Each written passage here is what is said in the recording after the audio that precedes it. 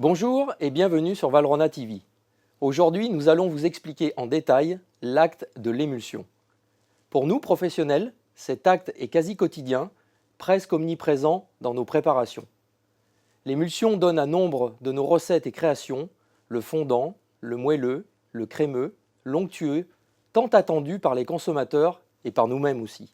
Il joue aussi un rôle très singulier dans la qualité de la conservation de nos bonbons de chocolat. L'émulsion, c'est le principe de mélanger deux ingrédients au minimum qui se rejettent naturellement, tels que l'eau et le gras. Regardez.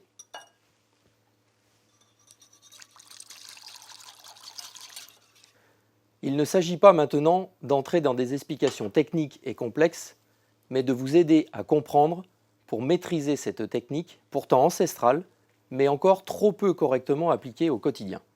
Techniquement, on utilise le mot aqueux pour signifier la partie mouillée du mélange, aqueux venant du latin aqua signifiant eau. Prenons exemple. Le lait, la crème, la pulpe de fruits, le sirop, la crème anglaise, une infusion à base de thé, de l'eau.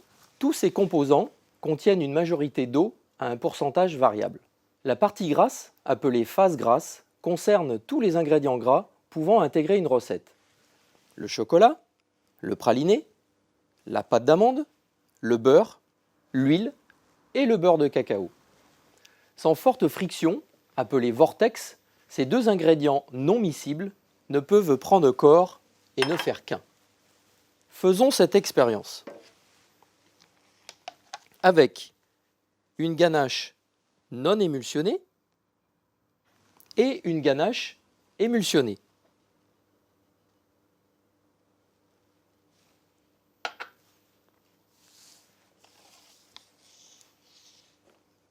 Regardez cette différence de viscosité. Prenons pour exemple la mayonnaise, l'émulsion la plus connue et peut-être la plus consommée au monde. Sans un ajout très progressif de l'huile et surtout une friction intense, l'émulsion, ce fameux noyau élastique et brillant, ne pourrait prendre vie. Au contraire, la vinaigrette, célèbre sauce bien française, est elle un schéma volontairement séparé, sans émulsion, appelé déphasé. Qu'il s'agisse de mayonnaise, de crémeux de chocolat, de praliné, de janduja, de ganache, le principe est strictement le même, à part l'ordre de mélange des ingrédients. Pour les ganaches, et ce pour des raisons techniques et logiques, il est indispensable de verser la phase aqueuse, la crème, sur la phase grasse, le chocolat. Le beurre de cacao, contenu dans le chocolat, au contraire de l'huile, devient solide, il cristallise. Afin de l'émulsionner, il est donc impératif de le rendre liquide, donc de lui faire dépasser son point de fusion majoritaire qui est autour des 35 degrés. Je vais donc fondre le beurre de cacao. Voici le beurre de cacao fondu.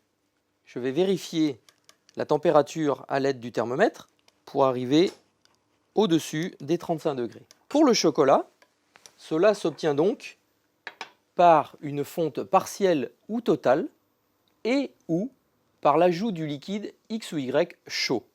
Ceci explique l'importance de bien contrôler et vérifier constamment la température de mélange de nos préparations pendant cette phase importante du mélange. Alors, comment bien faire? Comme je viens de vous l'expliquer, la réussite d'une émulsion est due à une friction intense dès le démarrage du mélange, mais aussi à la présence des tensioactifs que l'on trouve dans les protéines du lait ou de la crème et la lécithine, émulsifiant contenu dans le chocolat. En effet, un tensioactif permet le lien entre le corps aqueux, la tête hydrophile, et le corps gras, la queue lipophile, et facilite ainsi la stabilité de l'émulsion. Compte tenu que pour des mélanges de ganache, de praliné, nous devons démarrer à l'inverse d'une mayonnaise, c'est-à-dire avec toute la partie grasse qui s'enrichit peu à peu d'eau, nous démarrons avec une phase de saturation de matière grasse.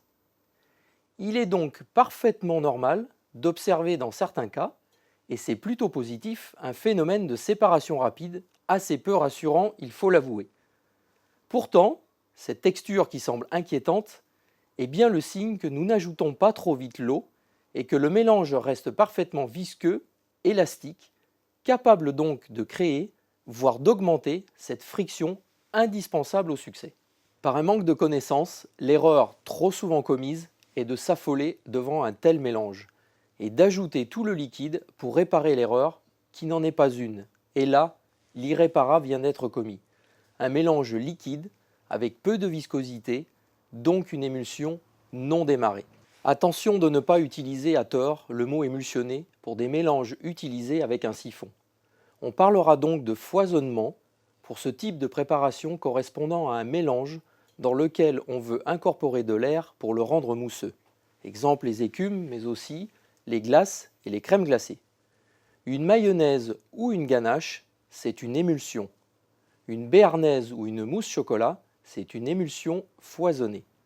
Donc, pensez mayonnaise, friction, brillant, onctueux, température et surtout pas vinaigrette. L'émulsion est une grande découverte ancestrale de l'homme qui permet des merveilles, alors ne nous en privons pas.